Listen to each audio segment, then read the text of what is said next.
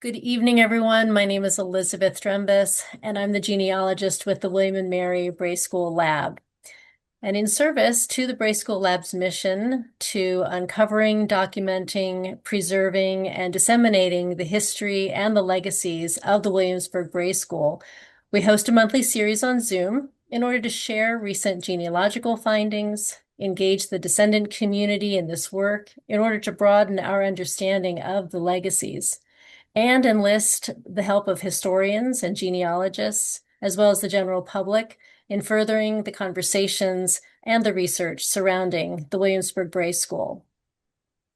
The title of the monthly series is Bray School Stories, and this evening's focus is a little off of the stories of the students. We're focusing on a new project that's coming out of the Bray School Lab. The title of this evening's session is Literacy and Location. We're going to be talking about a project called Mapping the Literacy of Enslaved Virginians from 1619 to 1865. So just some housekeeping items. As I've mentioned, we are recording this session. It will be available later on our YouTube site. To find our YouTube site, just simply Google Bray School Lab YouTube. If you prefer not to be recorded, please feel free to access the recording later on our YouTube site. Our monthly sessions are designed to spark conversations. We have two people who are going to be presenting about this project in a partnership with the lab. So we're going to wait and hold questions until the end, but please feel free at that point to put questions in the chat or raise your hand, and we'll have a good conversation. So let's go ahead and get started. I am so pleased that the Bray School Lab has been partnering with the Center for Geospatial Analysis on this project. And so we have Shannon White, Dr. Shannon White from the Center for Geospatial Analysis, as well as Dr. Maureen Elgersman Lee, Director of the Bray School Lab, who's going to be presenting. So let me go ahead and read their bios now. Dr. Shannon White is the Associate Director of the Center for Geospatial Analysis at William and Mary. Shannon has focused on teaching, learning, outreach, and research in GIS education and geospatial technologies for over 26 years. She works with K through 12, higher education, and professional organizations in her mapping and geographic outreach. Beyond teaching, Shannon connects undergraduate and graduate students to research and real-world opportunities with community-engaged partnerships. Additionally, she is an FAA certificate or certified remote pilot who teaches and engages in community and K through 12 drone education events. Shannon, welcome to Bray School Stories. We're so happy that you're here this evening. And I will go ahead and introduce Maureen Elgersman Lee. She is a familiar face to all of us here at Bray School Stories. Maureen is the director of the William and Mary Bray School Lab, a position she has held since its launch in 2021. She is a graduate of Redeemer University and Clark Atlanta University. She has taught and is published widely. A native of Ontario, Canada, she has spent her career telling untold stories of Black men, women, and children in Canada, the United States, and the British Caribbean. Maureen, thank you so much for being a presenter here tonight at Bray School Stories. So I'm going to go ahead and turn it over to Shannon to kind of kick us off by telling a little bit about the work of the Center for Geospatial Analysis, and take it away, Shannon. Excellent. I'm clicking share, so I'm hoping everyone can see. There's a map and a title. Excellent. All good. So my name is Shannon, and I grew up in Williamsburg, so I love local history. I love local geography. It's wonderful, wonderful, wonderful. I've boomeranged back to William and Mary after about 20 years. And so when Elizabeth and Maureen came to the Center for Geospatial Analysis, I think this was one of the more exciting ones that projects that I was like, ooh, I want to help as much as possible.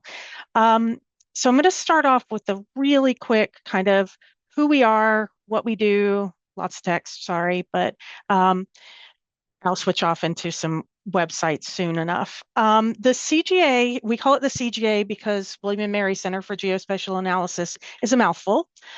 We teach about mapping and geospatial technologies. So for those of you who those are new words, I teach a drone class. So collecting data from above using satellites and remote sensing is part of what we do in our center. I teach a cartography class. We call it geovisualization these days because we use computers more so than hand sketched maps.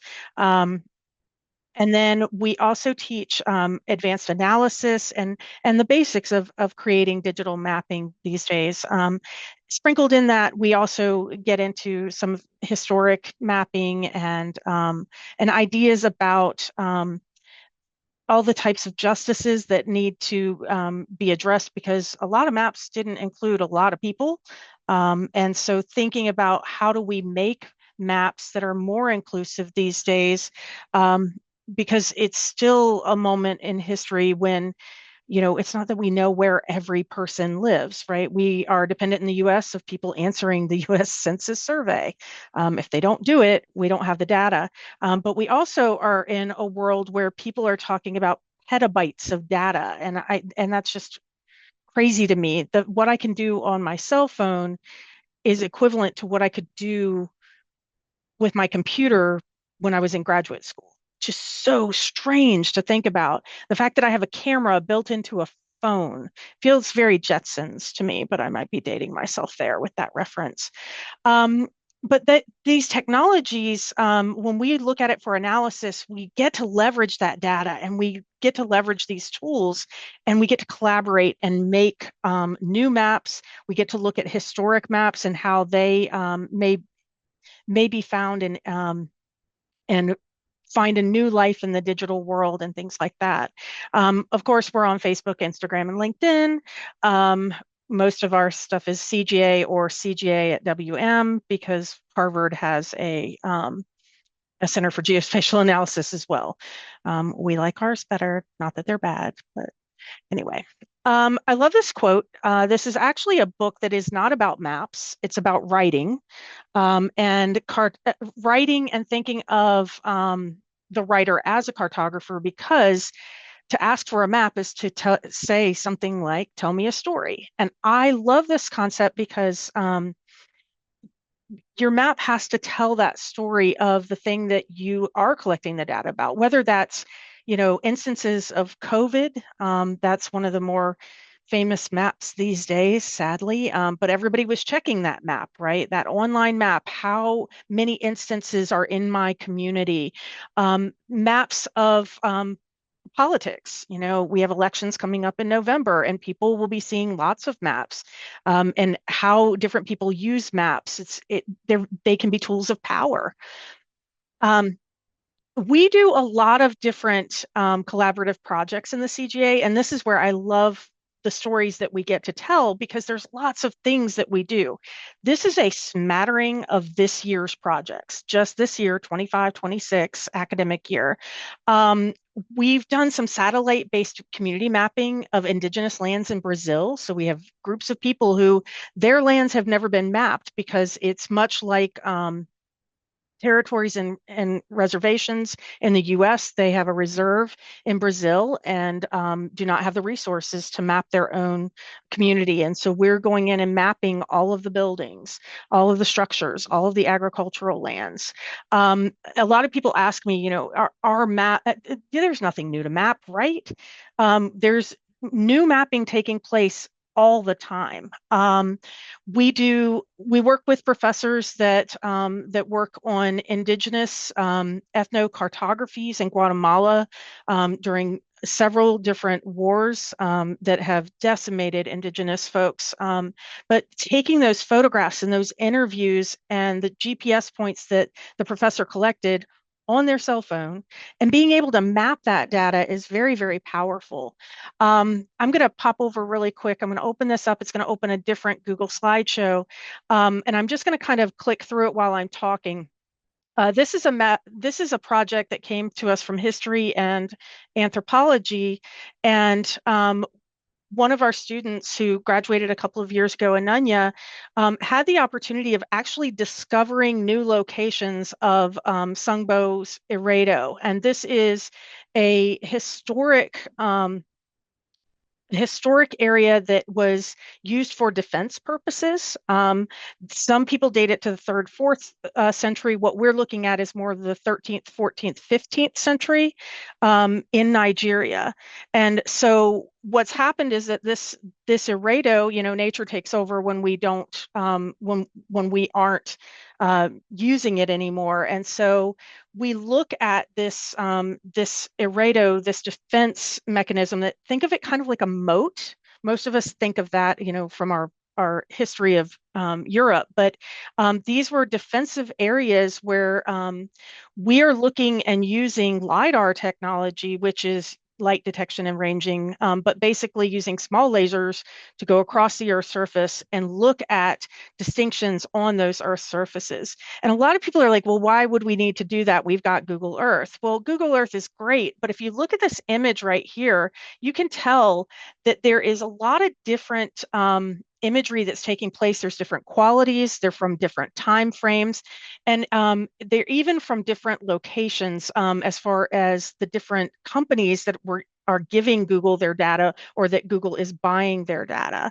And so as we look, we wanted to collect our own data to be able to look at where the LiDAR itself was showing different parts and pieces. So we're able to look at things in 3D, and a lot of people think about maps as being that static paper map, especially from a historic perspective. But what we're able to do is look at the landscape now and look at something that was built in the 13th to 14th century and find it using this technology. It's sort of like a discovery, but it's not completely a discovery. People have been mapping this for many, many years, and people who live there know it's there, but there's some contention about, no, the Eredo is here on my property versus no, the Eredo is in another place, because there's ecotourism and there's the possibility of something very important being a part of where communities are. So this is a paper map on the left-hand side from the 1998, originally started in the 1970s. Another one that was using Google Maps in 2016 and 2014. And what we were able to do is go in and look at this data and look for the Eredo itself using 1,772 tiles of data, 16 billion, that is B with a, that's billion points of data. That's crazy amount of data. We had to have a new computer to actually process it, and we can only process it small portions at a time, which is kind of interesting. So we created some really interesting models. So we created a digital terrain model. We created contour lines every 0.5 meters, half meter. We can look at the contour lines of this area.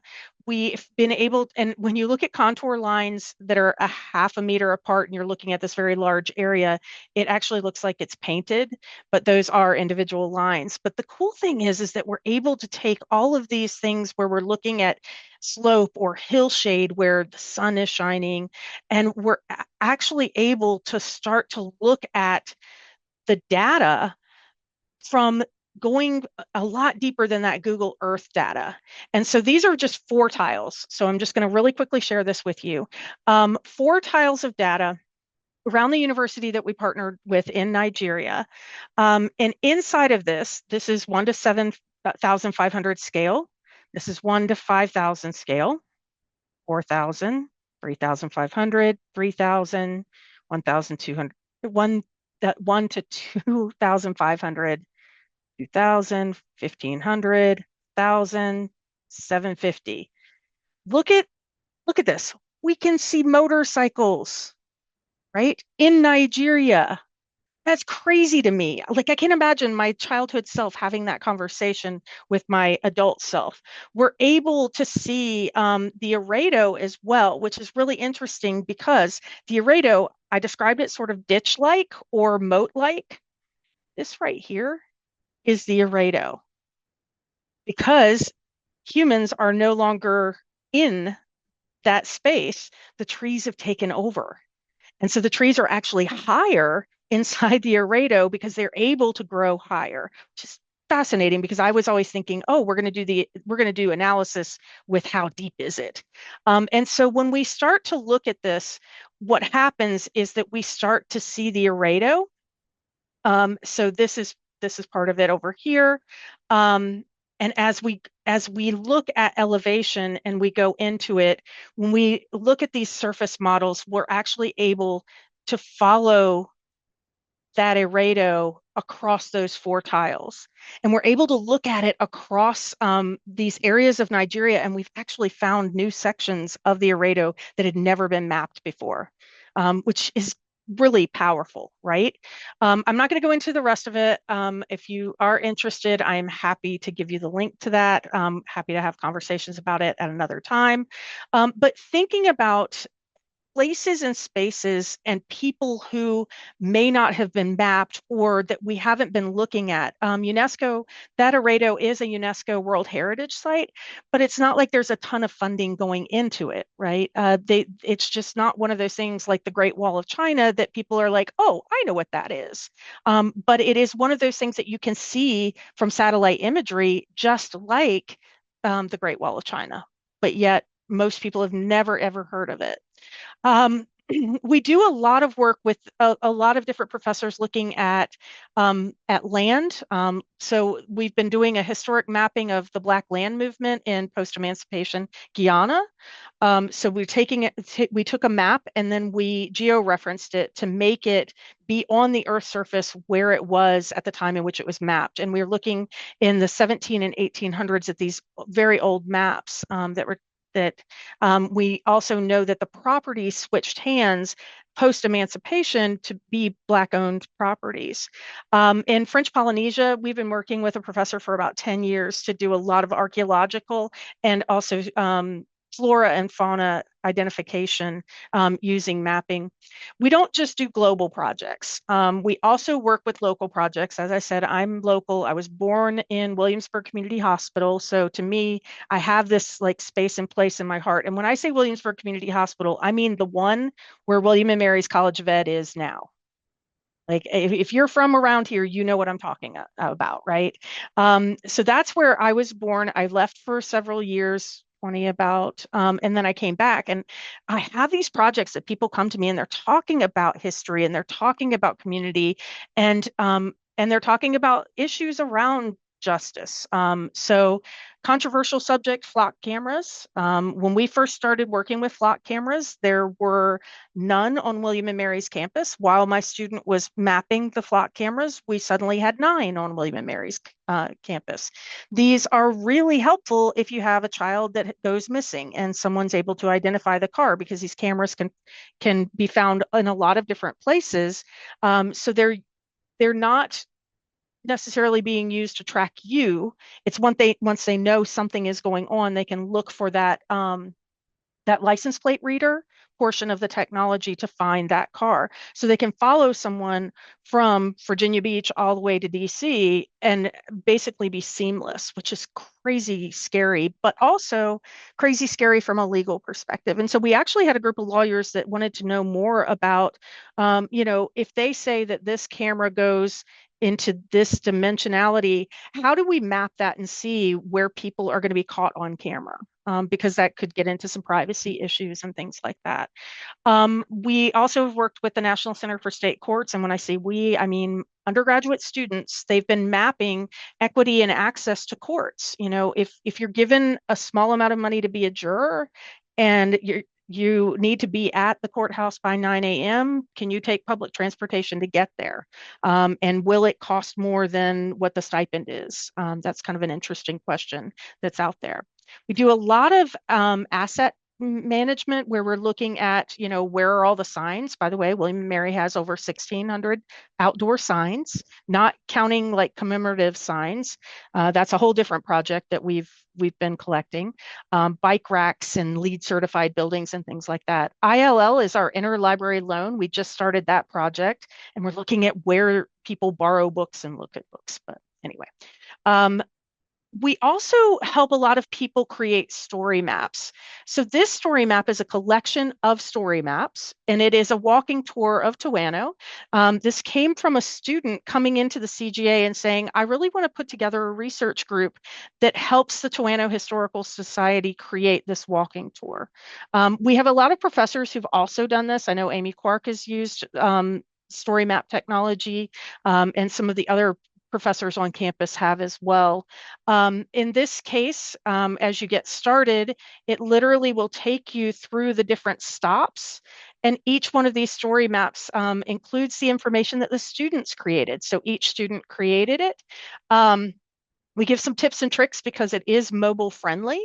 And so each of the stops, and let me go back to the overview, each of these numbered pieces is a story map that is along a tour. And so you're able to look at each space within location and actually walk between them as part of it. That's one of the fun ones because it wasn't even our idea. The community partner did not walk into the CGA. The student walked into the CGA and said, I need some help. I know we can do this, but I don't know how. And so that's one of those things. For over 10 years, because I've been here, I'm going into my 10th year here. We've been working with Feed VA. This is a project where they are looking at early childhood, and I'm actually going to refresh this really quickly. They're looking at early childhood availability of food and hunger. And so we work with them to keep their maps updated. So just keeping in mind that over 1 million Virginians have minimal access to fresh and affordable food. And so we have a series of maps like women, infant, and children. That's one subject matter. And so you can find in here where WIC is accepted, especially inside of clinics and farmers markets. And so you can actually do a search, you can zoom in and you can find those places. Let's see. And there's information and tabular information. So for every dot on the map, there is information down below that is about that particular location. And so if we're looking at, and I just kind of zoomed over here, but if we're looking at this particular farmer's market, it does not have SNAP machines, but it's available in Alexandria on Saturdays and Sundays.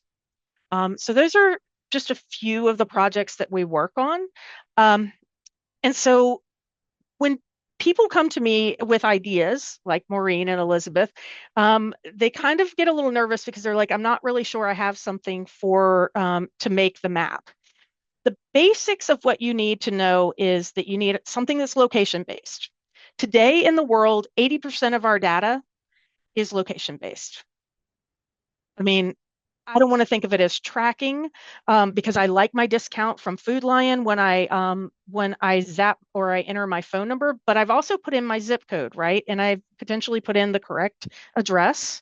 And so when I do that, they're collecting information about me and whether or not I eat potato chips or bananas and apples, right? Do I have that, am I eating fresh fruits and vegetables? Am I eating maybe junk food? Am I playing games? Am I going to the movies? There's a lot of information that we put out there because, like for me, I like the discount, and I will take that discount every day for them to collect the data on whatever I eat. I'm willing to do that. Not everybody is, but that data allows them, Food Lion, to then say, oh, well, we have more people eating bananas than we do oranges, so we need to stock more bananas, right? We think of it from an inventory perspective, but also where are we seeing that happen? Where are those bananas coming from and how are they having to be shipped? That's that analysis part that we do in my center. Location can be really, really simplistic. It can be state name, right? In presidential elections, we get down into county and sometimes into voting districts. They'll get really nitty gritty when you're looking at like your Virginia maps and where are they voting and how are they voting. But it can be national based data so that it's going into a global data set, or it can be really, really specific like a latitude or longitude. And I've shortened that as lat long just in general. When we when we start with that location-based data, we also want to have a question, an idea, or that story to tell. There are these things of the whys of where. Why is it happening where it's happening, or why is it happening here and not in this other place? And those stories can be told once we start to put the item of interest on the map. So in this case, we're talking about literacy of individuals who were enslaved, right? And Maureen's going to talk a lot more about that. So I'm giving kind of the big picture of mapping and the fun part of mapping. There's also the access to a computer really helps these days. Not absolutely necessary because you could walk into the library and see paper maps still, right? But there are historic maps that are out there that can give us context into history. Some of my favorite places I have listed here, Library of Congress Map Division. Love, love, love their maps. Almost all of them are freely available to download. They really do a great job working with folks. We just took a group of students up there for a tour. It's amazing, really worth our tax dollars. Um, but that data includes global data and local data. And we can look for maps inside of the Library of Congress. Most people have never heard of the David Rumsey collection because this is a private collector. David Rumsey donated many of his maps in his collection to Stanford University, and they have digitized them and put them online.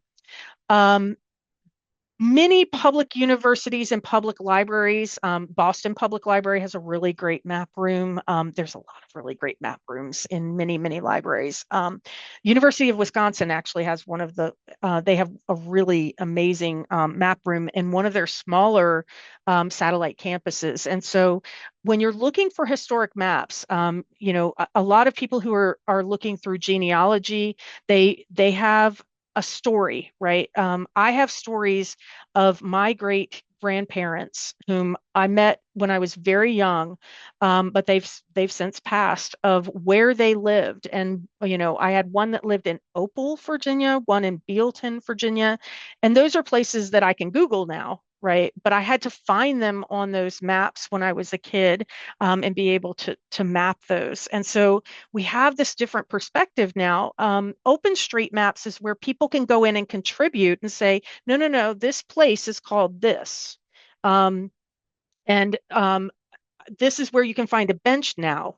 Literally, there's a person on this campus that actually the flock camera. There is a person who really loves to map flock cameras and helped my student out because every time a new one went up, they were faster to it mapping it than my student was. But my student was able to use that data that was out there.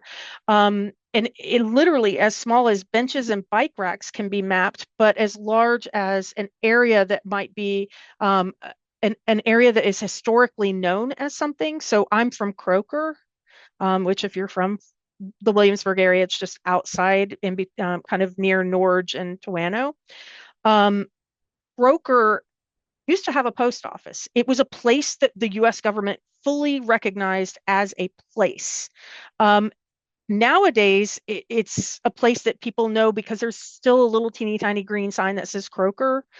But for the most part, it takes somebody putting it on the map and keeping it on the map, right?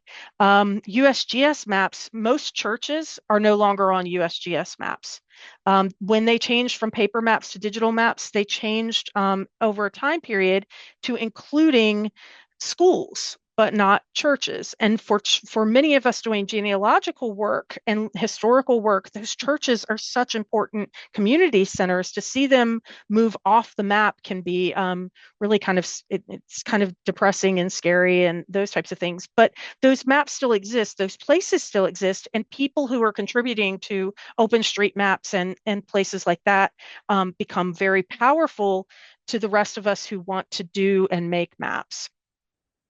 There are also lat long finders that are out there. So if you don't know where a place is, and this is part of where I'm going to transition over to Maureen, um, you can actually put in a name like Williamsburg, Virginia. Oh, don't give me a login. Today is not the day. I'm giving a demo. Normally, I don't have to log in. And normally what happens is that when the point is put into, so let me see if I can zoom in. Let's get this going this way. I'm going to force it to find it instead of on my laptop, forcing it in, see how well I can do. And notice that when I click that button right there, that it brought up this image over here. If I start to look at the image here, start to zoom in a little bit more. Come on, zoom me in. Thank you. When I start to zoom in, underneath of this is OpenStreetMap. Many of you have seen it. You just probably didn't notice it. It says it right down here, OpenStreetMap. So this is free open source mapping technologies. So if I wanted to map the sunken garden, if I put the dot there, then I get the latitude and the longitude for that particular location. And this is one of the ways that we help people find latitude and longitude when they know a place name like Croker that isn't necessarily still on the map. And so that's one of the things that is out there. There are other really cool things that we can do. We can create surveys like this, where it's what's your first name, what kind of activities do you enjoy, and look right over here. If I look over here, let's see, I can add all sorts of things. And where is my map? Oh, map right there. So I can literally drop a map in here and say, place, zoom, and, or how about, what is your favorite place in Williamsburg? Or how about favorite place for vacation?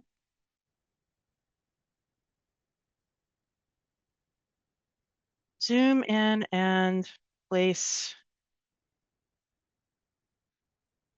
your mark on the map. So I can ask people for a point, and I can actually crowdsource this. So let's say that I wanted it to start in the United States. I'm not trying to be, say that I want the map to be a little bit more zoomed in when somebody opens it up. I can do this type of thing. And I can literally at this moment take this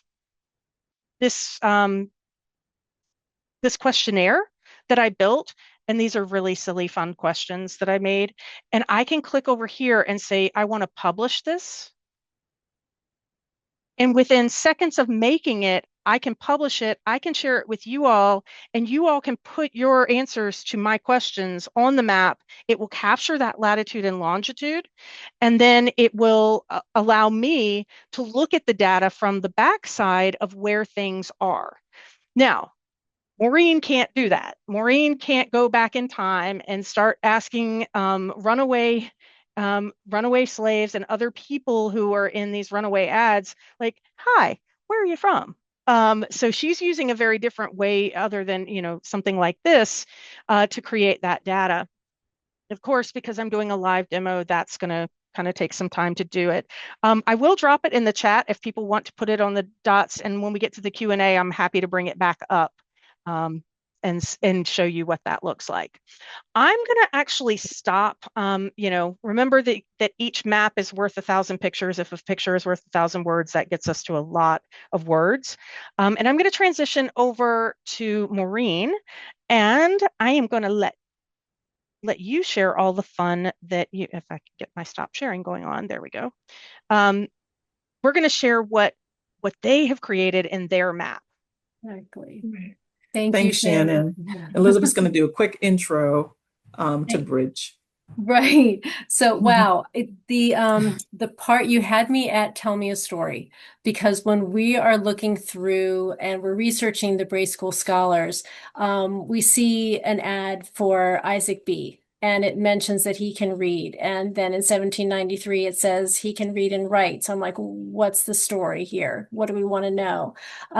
Even when Tanya, our oral historian, was with us, she was researching a plantation in Fluvanna County called the Bremo Plantation. And it had a schoolhouse specifically set up for enslaved children on that plantation to be educated. And teachers were hired and brought to the plantation, and the children were taught.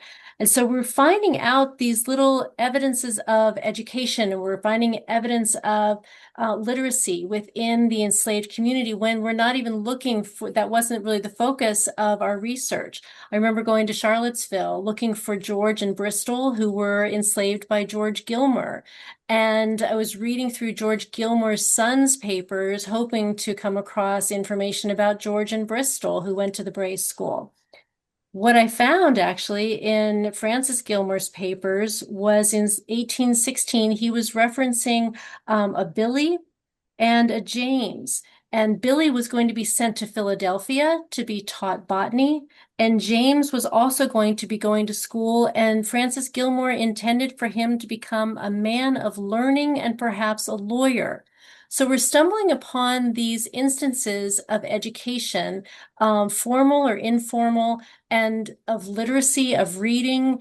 And now we're holding on to this information going, it's if we talk about the Williamsburg Bray School and we talk about reading, we talk about literacy, there's other instances of enslaved literacy. And so that's what this project now became its own project to look at this. So I'm going to turn it over to Maureen to kind of show what we did with this and where we went with it. Perfect. Thanks, Elizabeth. I'm going to share my screen and show you what this looks like. I'm going to lower this. So this is a what we call a heat map. So I just want to make sure everyone can see it before I go any further. Are we good? Yep, all good. Okay, perfect. So what we have is 99 entries, 99 discrete entries. Most of the information is coming from individual ads, mostly in the Virginia Gazette, advertising for the return of a man or a woman who has self-emancipated and is searching for their freedom, or sometimes searching for family, run away to family, most likely in this area because they have family here, or is presumably trying to get to freedom. So we have a spreadsheet with 99 vetted, researched entries. And what we simply did was we went to the ArcGIS site, logged in, uploaded this information,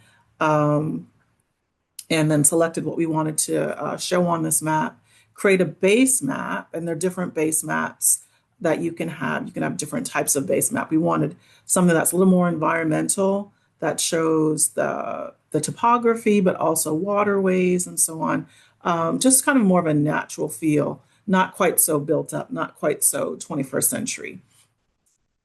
And the map is populated. So I want to show you two different styles because they tell the same story in slightly different ways. So the heat map is a map where you have some of these very faint dots or shaded areas, which indicate low numbers of references to that location. And then you see these, which are like heating up, where you have more of a concentration. So you're going to see Norfolk, you're going to see Williamsburg, but also Charles City is a place where we see a number of, like a repeat location, repeat reference.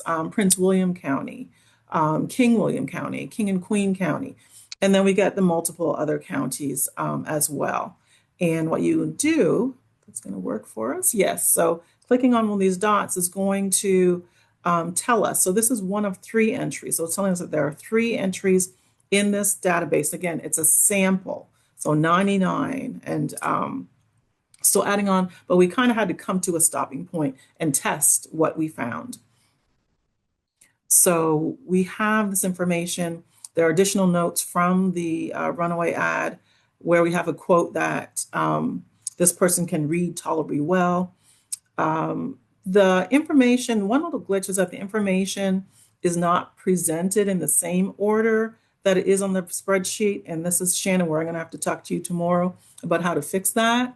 But if you scroll down, you can see that it's a runaway ad. This person is male. The ad itself says that the person can read, and this person's name is Jasper. And then we have the Louisa County, and then we have that important lat long information. We used GPScoordinates.net to convert physical locations to these coordinates that then we could drop in to our columns. And then you see contributors. So Cadence Hodge, one of our student thought partners, she is not 50. The 50 refers to Jasper, right? And when I'm done showing you the maps, I'm kind of going to talk about what's the data behind the maps, if you would. So you can just click and then you go to the next one. You get another one by Cadence.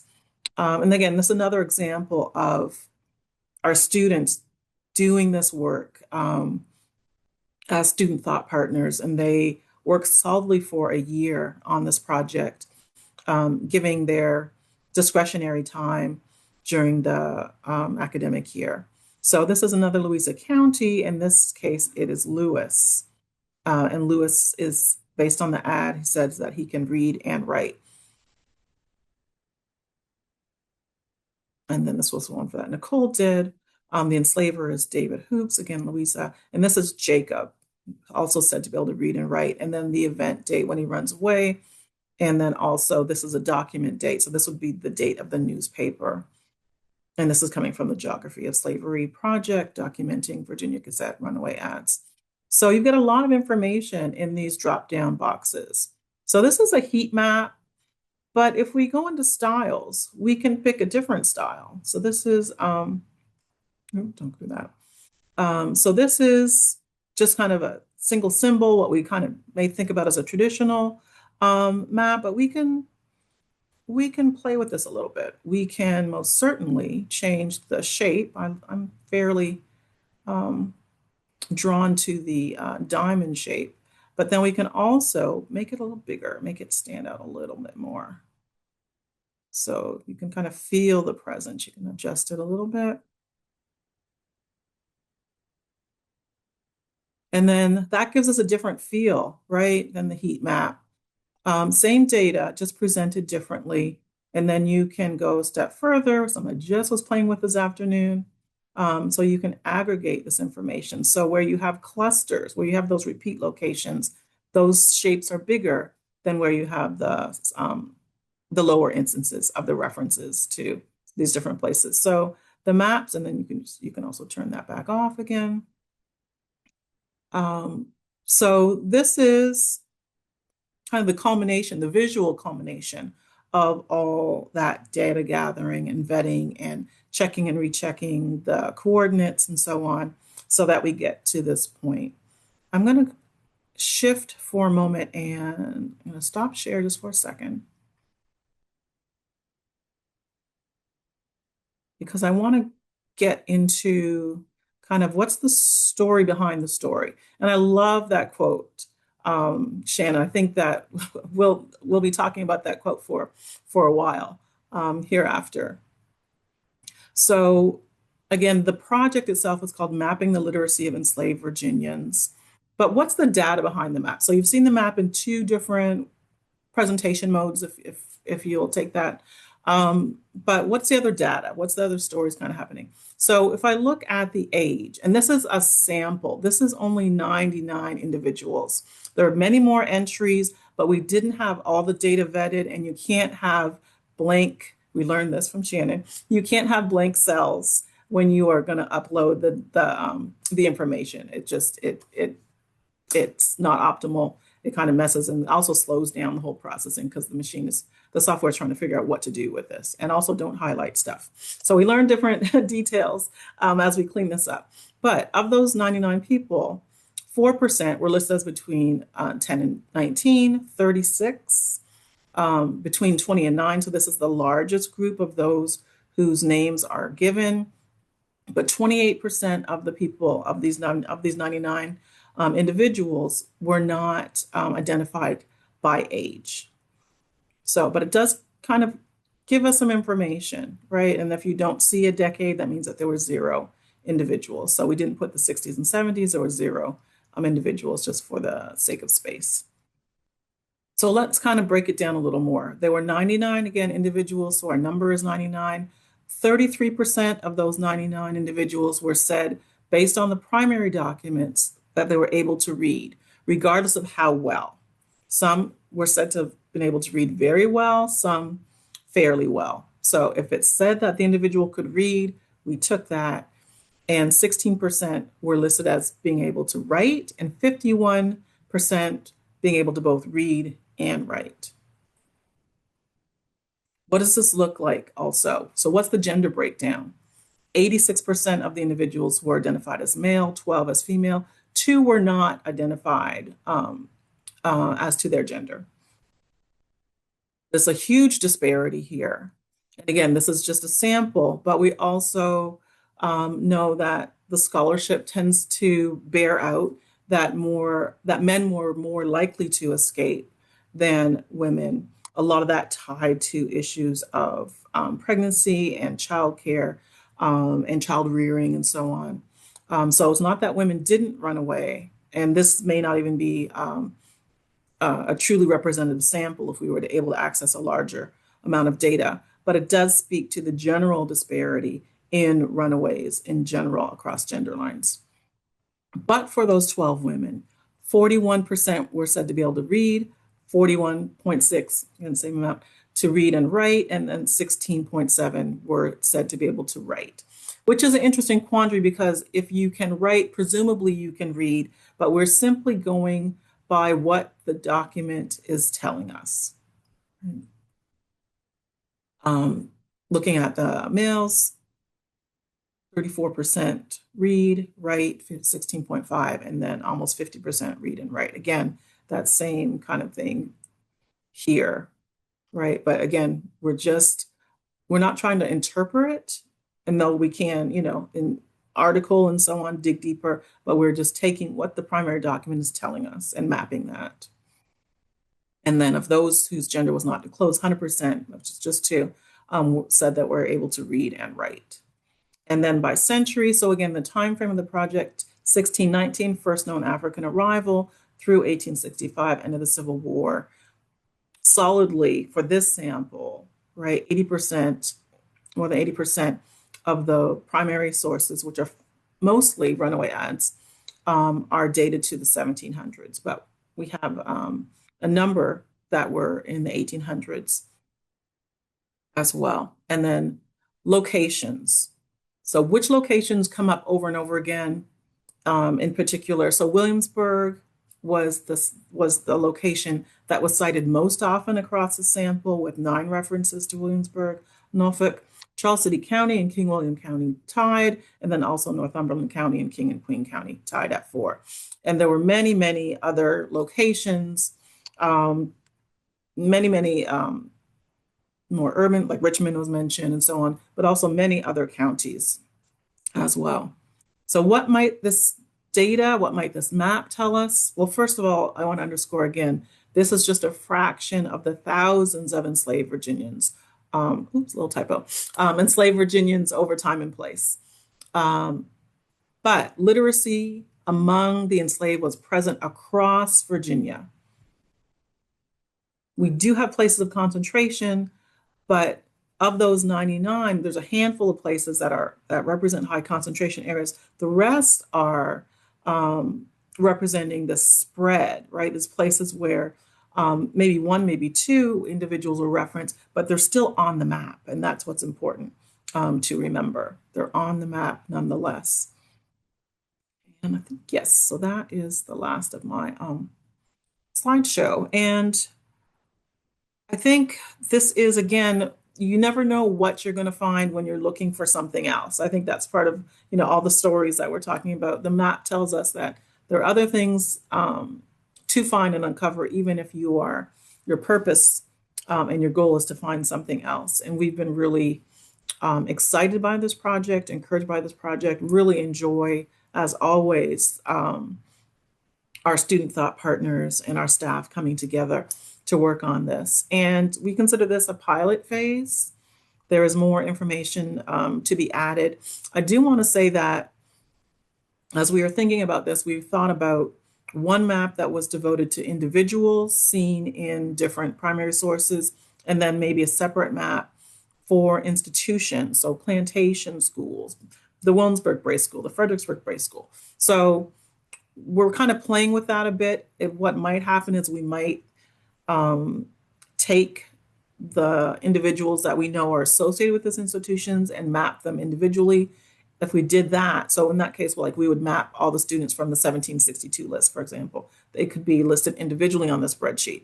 That would blow Williamsburg up, right? If we look at the aggregation, that Williamsburg would just be huge and Fredericksburg would be much bigger. So we are still making some key decisions, but we wanted to move this beyond the Bray schools because, well, for a number of reasons. One of them being, while the physical Bray School building is understood and described as the oldest extant building dedicated to the education of Black children, it was not the first. So part of the impetus for the project was to, where before the Bray School do we see evidence of literacy, right? So putting the Bray School in the broader context of the history of Black education during and under enslavement.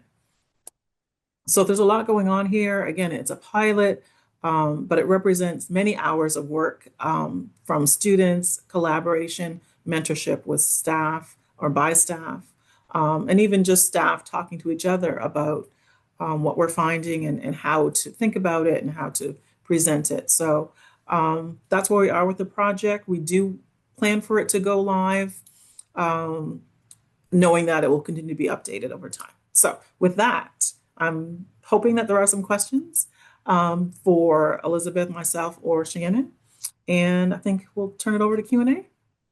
Yeah.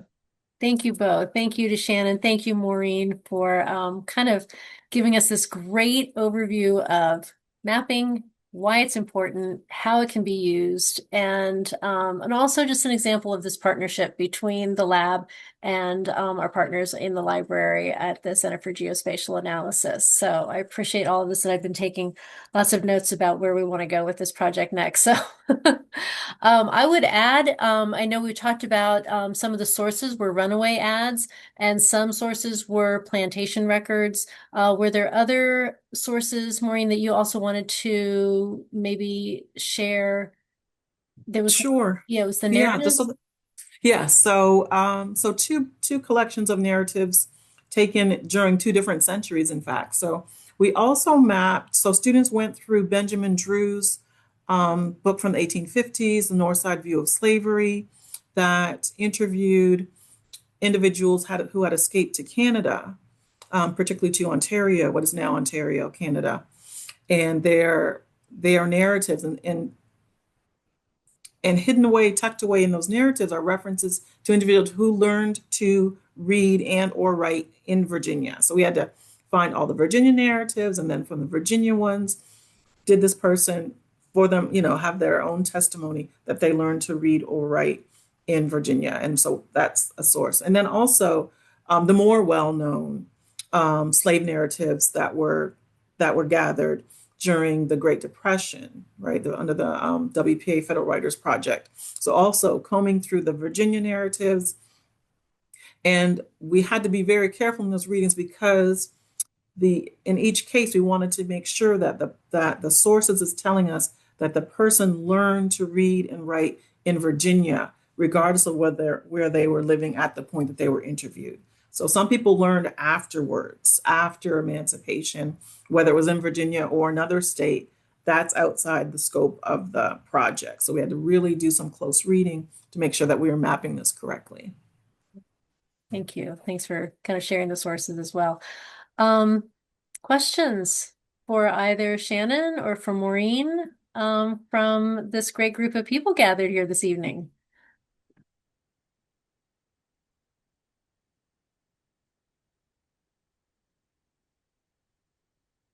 I'm not seeing anything in the chat. I'm seeing lots of good comments in the chat, but Right, I'm not yeah. seeing any questions. And I would create an opportunity to kind of flip that question. Who has ever thought, who's on the Zoom tonight, who's thought about mapping, right? Is there something that you've wanted to map before that you've thought about? I've been a fan of mapping for quite a while, and had introduced it in classes that I taught, mapping social history in the social history class, American social history. I had the students have a project where they had to map social history. And in fact, in another class, we actually took Benjamin Drew's North Side View of Slavery and mapped the entire book. So for each narrative, we mapped where the individual was from in the United States and where they were interviewed in Canada. So we had this cross-border mapping project. That was a group that was crowdsourced before we were even talking about crowdsourcing. So we did that in class, and that was a great exercise as well. But data visualization, right? Mapping is a form of data visualization. It really changes how you think about something in a historical context, or in, with Shannon's case, a contemporary context, Right, right? right, So, exactly. I do see we do have one hand up. Charlotte Phillips, if you would like to go ahead and unmute and ask your question. It's good to see you. We're good to have you here. Hi. Um, this is not really directly related to mapping, although mapping, certainly I am surprised to see how widespread literacy was. And so what do you infer about, I mean, how did people come to be able to read? Did they teach themselves? Did they teach each other? Were they taught by their enslavers? What do you know about how people came to be able to read and write during this sure. time? I think it's almost like all of what you've just said. So there are formal schools. I think those are, in terms of what we think about, like a Bray School type of school. That's very much the exception. But there are ad hoc schools that are established on plantations, under trees, right? We think even about Emancipation Oak and Hampton. Um, and we also think about children teaching other children to read. So, enslavers' children teaching enslaved children to read. There was a really interesting account of an individual, and I think it might have come from Benjamin Drew's book. Benjamin Drew, of course, was the editor and compiler, but where an individual would hide in like a haystack or a straw stack, if you will. Imagine just hiding under straw and listening to lessons that are taking place, feet, from this person. And when they could, then that child turned around and taught the person who was hiding some information. There's all kinds of different examples of how individuals were taught to read and in different cases write. A lot of education was religious, whether we're talking Anglican, whether we're talking Baptist. A lot of education was delivered in a religious context, and a lot of it was delivered verbally. But in other cases, that verbal teaching was supported also by teaching individuals to read, and it oftentimes could be very focused, right? To read the Bible. There are fences, there are boundaries around literacy. So when we see someone's able to read or write, oftentimes it was because of a very practical, pragmatic, oftentimes useful purpose for the enslaver, but there could be consequences for overstepping those bounds. And Elizabeth, I think you have that great example Yeah. as well. What happened, what could happen, and what did, at least in that case, happen to someone who went too far Right, with right, that. right, exactly. I've also put into the chat the link to the Bremo plantation. It's an exhibit from the Fluvanna Historical Society, their digital collections. It is about the schoolhouse. And so that was set up specifically for the enslavers to teach the enslaved children. We have a hand up from Alicia Cohen. Please go ahead and ask your question. Yes. Hello, everyone. I've been studying or reading about Black patriots, and of course, it's the 250th. Well, everybody knows this, but and I'm just learning about mapping. So, and I'm a volunteer, so I'm not in an academic setting. But I was Mhm. just wondering if someone out there might be willing to map some of the Black patriots, especially those that came from Virginia. Um, and also, I've been studying about Black loyalists, and the Book of Negroes has the Heritage Center in Nova Scotia Mhm. has I guess calculated from the Book of Negroes that there were about 900 Black loyalists from Virginia, as I saw. So I mean that would be some student group might be able to do that. It would be Mhm. wonderful to know where they came from. That is a really interesting and very timely comment. Of course, last year we celebrated with 2025, or commemorated um, Lord Dunmore's proclamation. That was a big Yes. theme last year. Mhm. Um, I actually have gone through the Book of Negroes, and I have literally on my computer a Mm. spreadsheet with the more than 900 references to Blacks from Virginia. Every reference that I found in the Book of Negroes, I entered in the spreadsheet. Wow. And so if I were to clean that up, that could be, and then add coordinates, of course, that could be uploaded and that could be another map as well. But students have been working on that a bit as well. But I think after the Bray School building commemoration in late 2024, um, I had a day off, but my mind was just going, going, going. What's next? What's next? So I Mhm. literally spent the weekend when I was supposed to be like decompressing, um, entering that information in a spreadsheet. So it does exist at the lab, and but I love the idea of taking that to the next level and mapping it. And I And that Wow. think could be that's something in the an future. important part of it, Maureen, also is you may have the data, but you do have to get it into certain formats for it to work Yeah, in the map. yeah. And so we spent some time just saying, okay, here are all the fields that you have in a spreadsheet. And most of us who do historical research, Meeting is being recorded.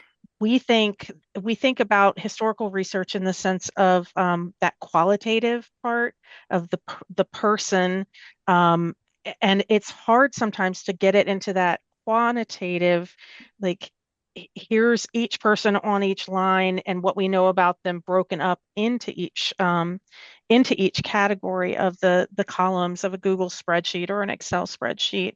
But it's so necessary because you can then, we had a conversation about, do we create a category of read only, write only, read and write, so that when the symbology pops up, that you could see how many people it was read only, how many people it was read and write, and how many people it was write only. And how you structure that data is really important, which I know sounds really boring, but when you see that map come to life, I can remember that first moment when you all saw the data come up, and it wasn't complete because there were some things that we were like, we need to work on that, Yeah. but it was just that aha moment of going, whoa, we're seeing these clusters and we're seeing those moments, but the data is the hard part. Yeah, yeah, we learned a lot from Shannon. And Shannon, let me just Yeah. say, thank you so much for everything that you've taught us. Yes. There's still more teaching necessary, but we've learned a lot and it's been able to take us, I think, a lot farther than we maybe imagined. Exactly. There's a question in the chat, but I also saw Stephanie had her hand up if she is still here. Stephanie, do you want to ask your question? I don't know whether we lost her or not. I'm Oh, there. here. I was, when you say anything about Black loyalists, I and know. I'm tuned in. I believe Mr. Decker's on the line as well, and Mhm. we work very closely with that. Not necessarily mapping, but at least we have formed that group for the Black loyalists, the Nova Scotia and Sierra Leone connection, and we do have a network, and we always invite someone that's interested to help join in that conversation. And I think Alicia just left, and she was the one that I No, think I'm was I'm still asking here and I'm questions. still interested. Okay. Oh, I'm okay. Yeah, I'm Okay. here. That's me. I could put my number and email in the chat. Please do. And let's do the mapping. Terrific. This is great. Or anyone else that's interested in that extended conversation on the Black list and the descendants. Fantastic. Thanks, Stephanie. And you could call me anytime. And I'm here in Williamsburg. Even though my number is a North Carolina number, I live here in Williamsburg. Thanks, Stephanie. And I think Michael is on the call too. At least I did see him. Yes, he is. He is. Okay. And let me say, Stephanie, even though you may have not mapped and maybe not mapped yet, your work has made the geography of the story come alive. And I would say Ken DeLay also talking about Sierra Leone. The geography is ever present, may not be in a map form, but the geography is ever present in the conversations. So let me say that. Absolutely. Thank you. So Ken wrote that the 1850 and the 1860 censuses asked about literacy. And it's an interesting source. We would need to know, because we are specifically looking at enslaved literacy, we would need to be able to correlate when when those individuals in the census record who are marked as free people of color, when they gained their freedom, and whether or not they were literate before or after emancipation. So we know that those records are there.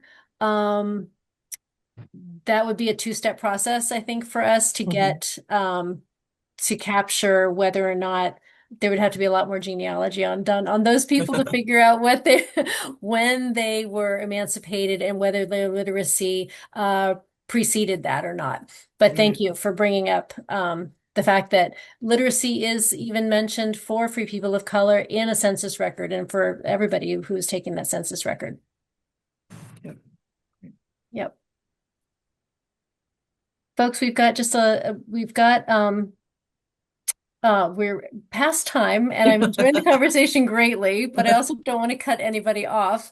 So if there is maybe time for one more question or comment. If not, I'm going to close this out. All right. Well, thank you everyone who's joined us this evening. We are excited to have you be a part of this journey and a part of this conversation. Please keep in touch with us for the latest news and happenings from the William and Mary Bray School Lab. Be sure to check out our website as well as our Facebook page. Next month, I'm excited to share that our summer intern, Bailey Kim, is going to be presenting her research on Monday, July 27th at our next Bray School Stories. Bailey is researching the idea of Bray at play, exploring the Bray School scholars and how they would have experienced play in their day-to-day lives. So please be sure to be on the lookout for the Zoom registration link that should be coming out, hopefully, if not this week, next week. And we hope to see you all back here at Bray School Stories next month. Thank you so much for being here. Thank you for spending a summer evening with us. And we look forward to seeing you back here real soon. Take care, everybody. Have a great night. Good night. And happy 4th of July. Yes, everyone take care.